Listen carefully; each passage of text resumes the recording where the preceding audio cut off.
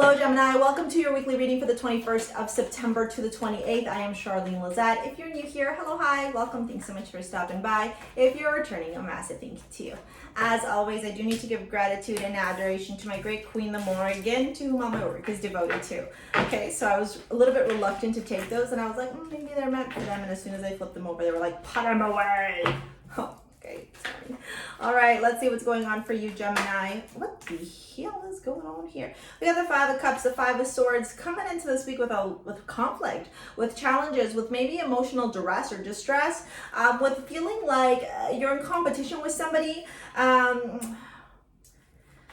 I also feel like this is like mind games, honestly, Gemini. That's what it feels like. 1, 2, 3, 4, 5, 6, and 7.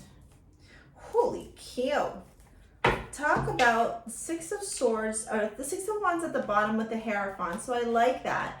I think that eventually this thing will work out in your favor, okay? With the Hierophant and the Six of Wands, I do feel like regardless of the difficulties that you feel like you're facing right now, or that you really are facing right now, you will come out victorious, okay? You will be the one, and I hate to say this, but I mean, I hate the saying sometimes because it sounds very ego, but it's like, you know, like you get the last laugh. Is that the saying? You know what I'm talking about? Like when people like laugh at you or mock you or do really mean, awful, hurtful things, and they think that they've like one-upped you in one way or another. But here you are at the bottom of the deck coming out victorious.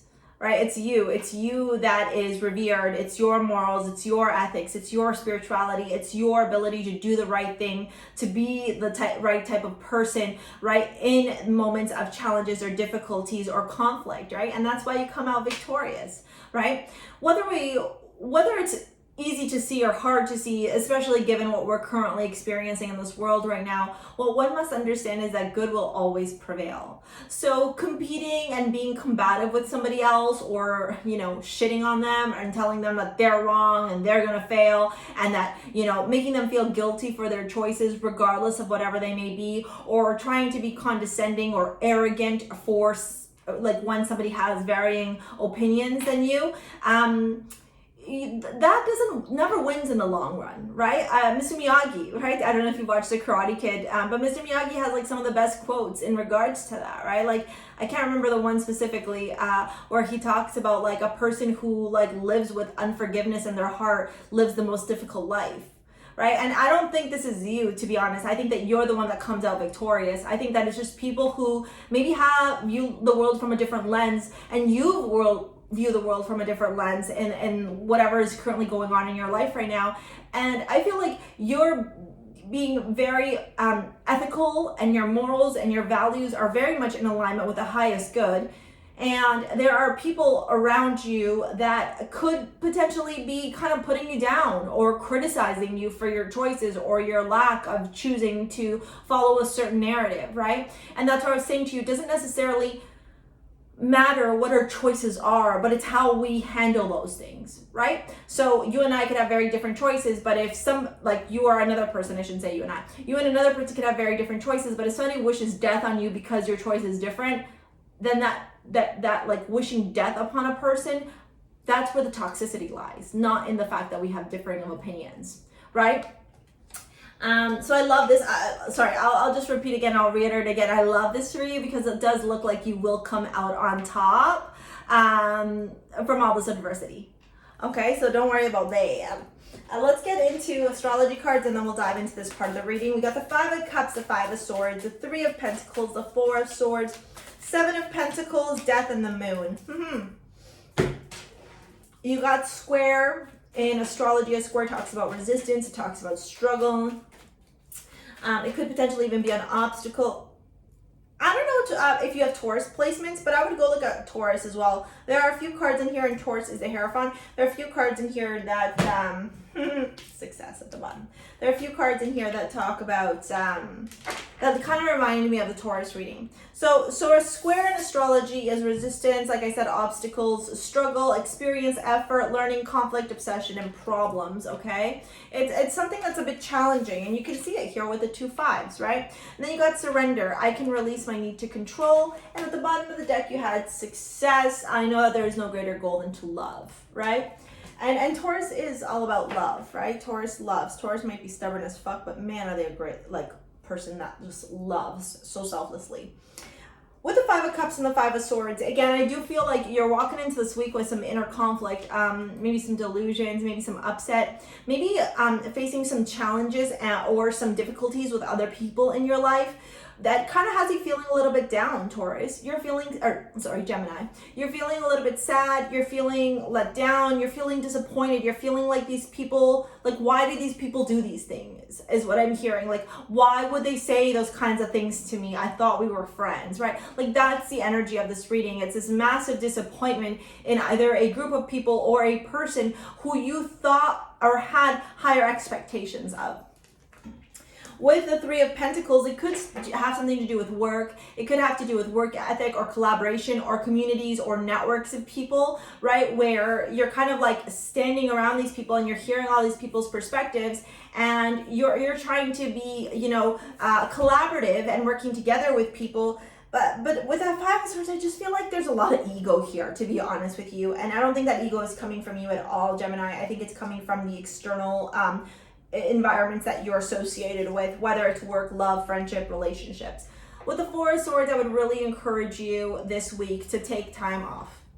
Gemini, you've gotta really like baby yourself, take care of yourself, nurture yourself, love yourself, because I do feel like your mind is going to be fucking a bazillion miles a minute. We do have the sun moving into Libra, so we do have a little bit of balance when it comes to the ego and the I as we walk into the 22nd, but we also have Mercury retrograding right on the 26th, I think. And so it just could feel like a lot mentally, and it could feel a little bit exhausting for you at some points. So I would really encourage you to take some downtime, self-reflection, journaling, meditating, etc. With the Seven of Pentacles, I think that before you make any decisions about the interactions that you have with these people, or the choices that you will make after the discovery of this conflict, right? Or when this conflict kind of accumulates and comes up, right? It bubbles like a volcano erupting.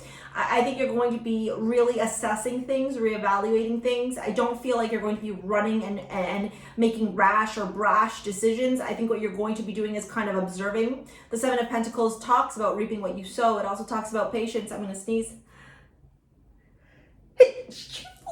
Let's sneeze, sorry.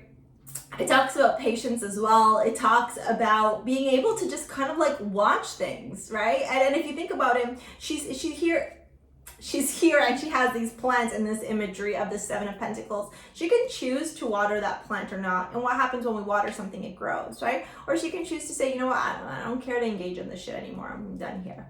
Okay, for some of you, it could be a collaboration. It could be something to do with work, or it could have to do with groups of people, okay?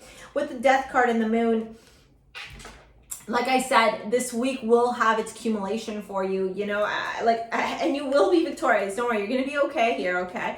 But I do feel like there is an ending, and I think that you're the one that's instigating or initiating this ending. I think you've had enough. I think that the full moon may also have illuminated a lot of things for you, brought things to fruition, made you see people for who they are, not for who you wanted them to be. And you're at this point right now where you're like, yeah, I can't participate in this anymore. I can't consciously be a part of this conversation, these environments, this shit anymore. It's just toxic, right? And so you're letting it go. Okay. If there is any crystal that I would recommend for you, if you use crystals at home in your practice, it would be anything to do with the throat chakra. Even like as I'm talking, I'm getting stuffy. I'm not stuffy at all. And there was like, my nose feels like it's running now. My throat feel like I sneeze. My throat is feeling like not itchy, but it just feels a little bit like blocked. So I am feeling like maybe a part of you feels stuck in speaking your truth, Gemini. But I think that speaking your truth is where you will feel most powerful and more at ease and more in alignment with like who you are and your frequency and your truth. What I will say to you is, so blue crystals, if you want to shop over at STARSEA Jewels, I create modern day amulets. I hand make all of them. I'm wearing a few here. None of them are mass produced. I hand make them and then I ship them off to you. I would say like Aphrodite, which has this beautiful amazonite. Amazonite is great for the throat chakra. I'm wearing it right here. Priestess, which has this blue lace agate. So blue lace agate or eShell also has blue lace agate and aquamarine in it as well. Or there's another piece called Mercurio as well, which has sodalite. And I love that piece because it's all about that throat chakra. It's all about speaking your truth and speaking with integrity, okay? And if you want to book a live 1 hour, take a look at the description box below. Let's get into your love reading right now and see what's going on. Yeah, like where did this come from? I'm sneezing, my nose is running now. Okay, so for some of you, it's a wedding, or maybe a wedding that was supposed to happen that didn't happen, or finding out somebody was married, or you thought that you were going to get married to this person, you know, and then that's kind of like a revelation of sorts. You got the 9 of Swords, yeah, and the wedding card, yeah. So maybe there is a certain truth that's revealed about a romantic interest or somebody that you were romantically attracted to. Attraction and the 8 of Pentacles. Yeah, I think just remember, like, what you put out into the universe is what you're going to receive, okay? Don't forget that. And express your love. Go ahead and make the romantic gesture, and the 10 of Pentacles. Yeah, I think that focusing on, you know, what is it that you want? What is it? What kind of love that do you want to attract in your life? What is it that you want to surround yourself with? Like, all those are key words to ask yourself as you're transitioning and moving forward this week. So if something is coming to accumulation on a romantic sense, it's not about, you know, living in the past and wishing and hoping and wondering why that didn't work out, but it's about understanding that this didn't work out because it wasn't in alignment with my 10 of Pentacles and what I want in my love life. All right, Gemini, if you want to book a live or shop at STARSEA Jewels, take a look at the description box below. Thank you so much for your likes, your comments, your shares, your subscribes, but most importantly, thank you for being you and for being a part of our community. We'll see you later, alligator. Peace out. Bye.